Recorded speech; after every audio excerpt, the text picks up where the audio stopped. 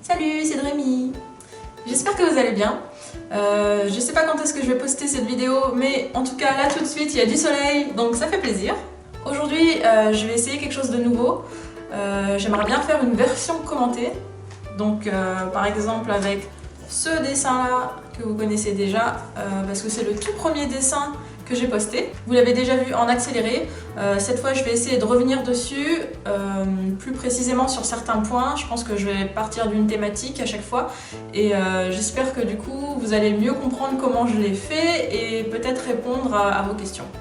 Mais avant ça, deux choses. Donc, premièrement, j'écoute beaucoup de musique quand je dessine, quand je travaille. Je peux pas me passer de musique et en ce moment je suis dans une phase où j'écoute des musiques de jeux vidéo et j'ai redécouvert le Video Games Live alors que ça existe depuis longtemps et j'ai même déjà été à un Video Games Live à Paris, le tout premier. Mais c'est complètement sorti de ma tête et j'ai redécouvert ça ce matin et je suis complètement folle, je les écoute tous. Notamment la musique de Megaman qui est incroyable. Donc tu vas sur YouTube, tu tapes Video Games Live et Megaman et c'est juste la meilleure musique du monde. Et si tu connais pas la musique de Megaman 2, on va pas être amis. Mais bref, c'est pas du tout de ça dont je voulais parler. Non, alors pour de vrai, donc premièrement, je suis pas du tout prof de dessin ou de quoi que ce soit d'autre. J'ai même jamais pris de cours de dessin, j'ai tout appris toute seule par observation, donc il se peut qu'il y a des trucs que je vais dire qui sont peut-être pas vrais. Bon voilà, c'est juste mon avis à moi, mes conseils à moi, d'après mon expérience. Et deuxièmement, moi j'utilise des feutres Copic. Je pense que je l'ai assez dit. J'utilise des feutres Copic Sketch. Par contre, si vous n'avez pas des Copic Sketch ou même des Copic tout court, c'est pas grave. N'importe quel feutre à l'alcool, quoi. Allez pas prendre des feutres pour les enfants. Quoique ça fera un bon challenge, ça. Mais voilà quoi, n'importe quel feutre à l'alcool fera l'affaire. Bon, vous n'aurez pas exactement la bonne référence parce que moi, à chaque fois, je donne le chiffre, enfin la lettre et le chiffre pour avoir exactement, si vous voulez, la même couleur. Mais sinon, vous prenez à peu près la même chose, quoi. Ok, ben c'est parti. Alors, le croquis est déjà fait. Bon, c'est pas une étape que je trouve très intéressante à montrer, mais bon, si ça vous intéresse, dites-le moi pour la prochaine fois. Alors, je commence par la peau. Je commence toujours par la peau. La peau de Mary Jane, donc je vais la faire plus pâle que celle de Spider-Man. Donc là, les couleurs que j'ai utilisées, c'est E00 pour la base et R30 pour les ombres. Et donc là déjà, vous pourrez remarquer que je pose la couleur de l'ombre avant celle de la base. Alors pourquoi franchement, il y a deux écoles. Est-ce qu'on met la couleur de base avant ou après l'ombre? Ça, je dirais que c'est une question de feeling. Moi, je vous dirais plutôt d'essayer les deux techniques et puis de voir laquelle vous plaît le plus. Et donc maintenant, j'applique du bleu sur ma peau, ce qui va m'amener à ma thématique principale, c'est-à-dire créer une ambiance colorée avec des ombres et des lumières. Et donc pour ça, je vais avoir besoin d'un petit schéma. Donc déjà pour les ombres, alors en absence d'une ambiance particulière, on va dire, pour créer une ombre, ce qu'on va faire, c'est on va prendre la couleur de base en un peu plus foncé. Donc par exemple, pour la peau, donc là c'est E000, je vais prendre du R30, voire du RV42 pour les ombres. Par contre, dans la vraie vie, c'est pas toujours comme ça. Disons que la lumière va s'adapter à votre environnement. Donc par exemple, j'ai une pièce avec des rideaux rouges. Si la lumière passe à travers, et en fait ça va teinter la pièce en rouge. Vous voyez ce que je veux dire? Donc là pareil, ma scène se passe de nuit, donc disons qu'on veut avoir une ambiance bleue.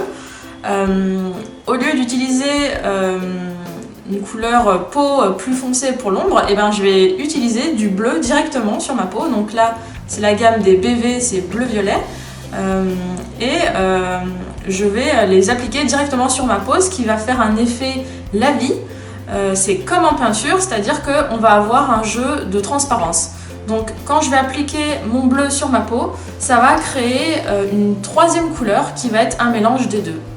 Ce qui ne veut pas dire qu'on ne va pas utiliser le R30 ou le RV42, hein, on mixe le tout. Mais d'appliquer du bleu sur la peau, en fait ça va faire office d'ombre et en plus, elle va être colorée. Donc vous allez avoir une cohérence dans votre scène générale et ça va être plus joli. Donc ça c'était la technique numéro 1, c'est pour les ombres. Donc retour au dessin, j'utilise donc mon bleu sur toutes les zones du dessin, donc la peau, les cheveux, le costume. Je vais utiliser les mêmes bleus, donc c'est BV00, 02 et 04. Il me semble que sur ce dessin, en fait, c'était pas du 02, mais c'était du 23. Mais en fait, c'est pareil, c'est des couleurs qui se ressemblent, c'est juste que j'avais pas le 2 à l'époque. Mais si vous pouvez utiliser 00, 02, 04, c'est la suite logique. Voilà. Donc pour la peau de Spider-Man, on avait dit qu'on utilisait des couleurs un peu plus mates. Donc là, c'est E01 et 02. Donc pareil, je repasse par-dessus avec du bleu. Et en fait, pour savoir quel bleu utiliser, c'est simple. Donc le BV00, c'est une couleur claire, on va dire. Le BV02, c'est un peu plus foncé. Et le 04, c'est encore plus foncé. Donc le 00, je vais l'utiliser sur des tons clairs. Le 02 sur des tons moyens. Et le 04 sur des tons foncés. Voilà, donc maintenant, vous savez faire des ombres colorées.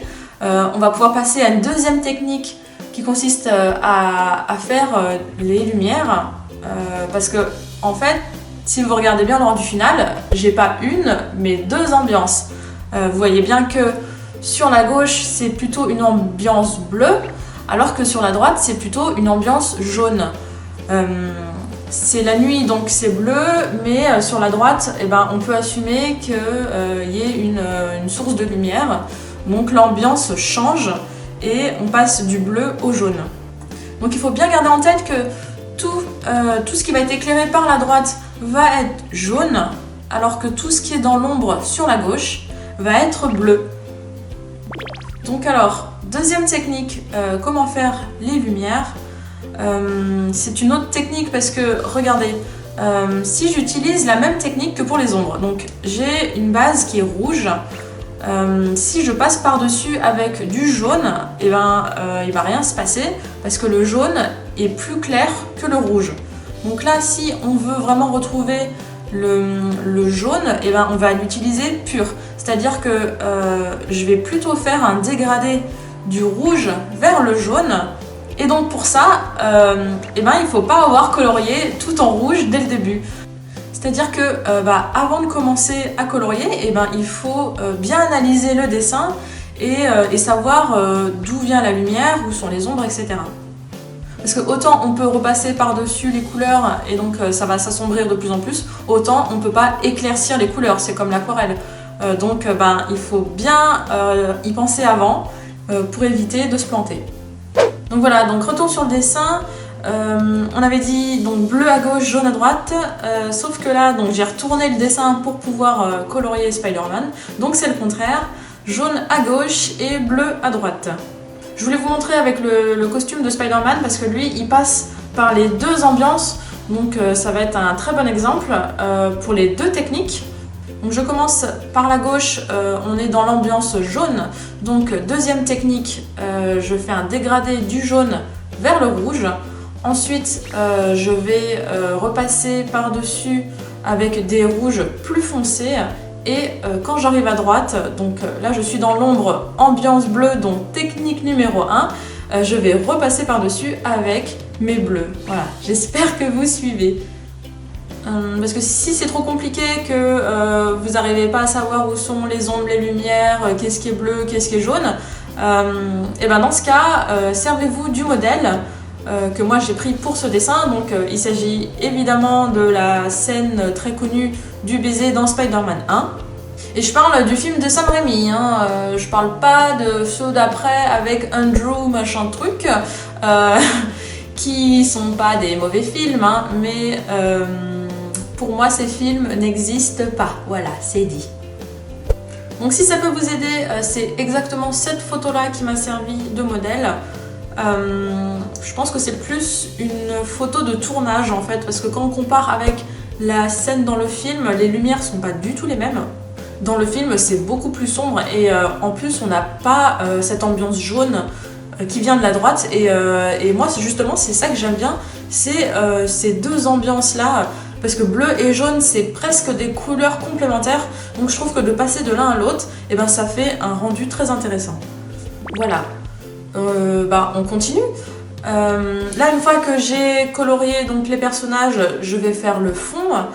Le fond, c'est à lui tout seul un gros dégradé du bleu vers la droite, justement, et aussi du foncé vers le clair.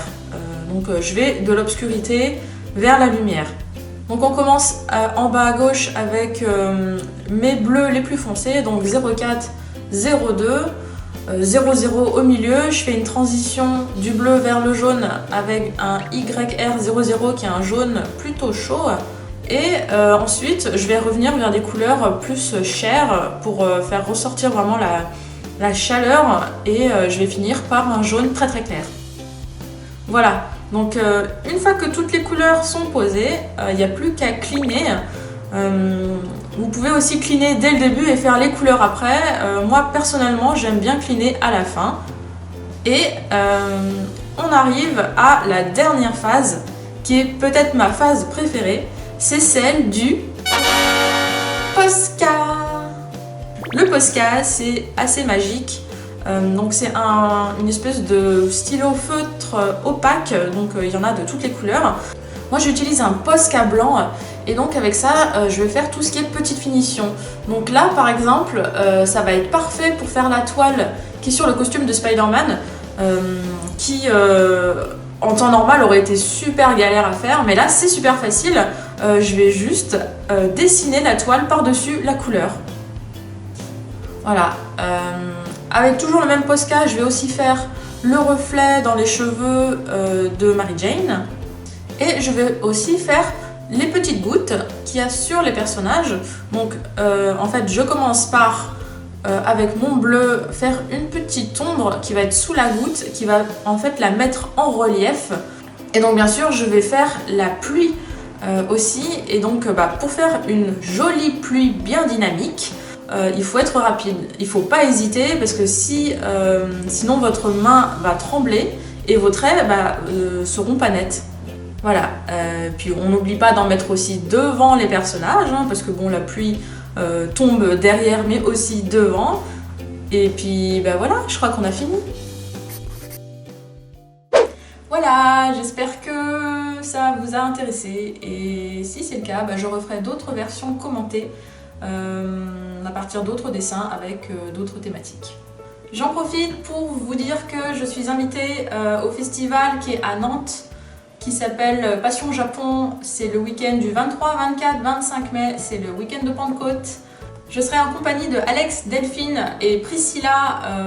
On est tous les quatre du collectif Coquet Coco. Donc on sera là, on aura nos stands avec nos dessins, nos livres. On va faire des ateliers, des tables rondes. C'est tout le week-end, toute la journée, c'est gratuit. Wouh! En plus le thème c'est le Matsuri, donc mets ton plus beau yukata et viens manger des takoyaki. Je suis pas sûre qu'il y en ait. En attendant, je vous fais des bisous et puis abonnez-vous, ça me fera plaisir.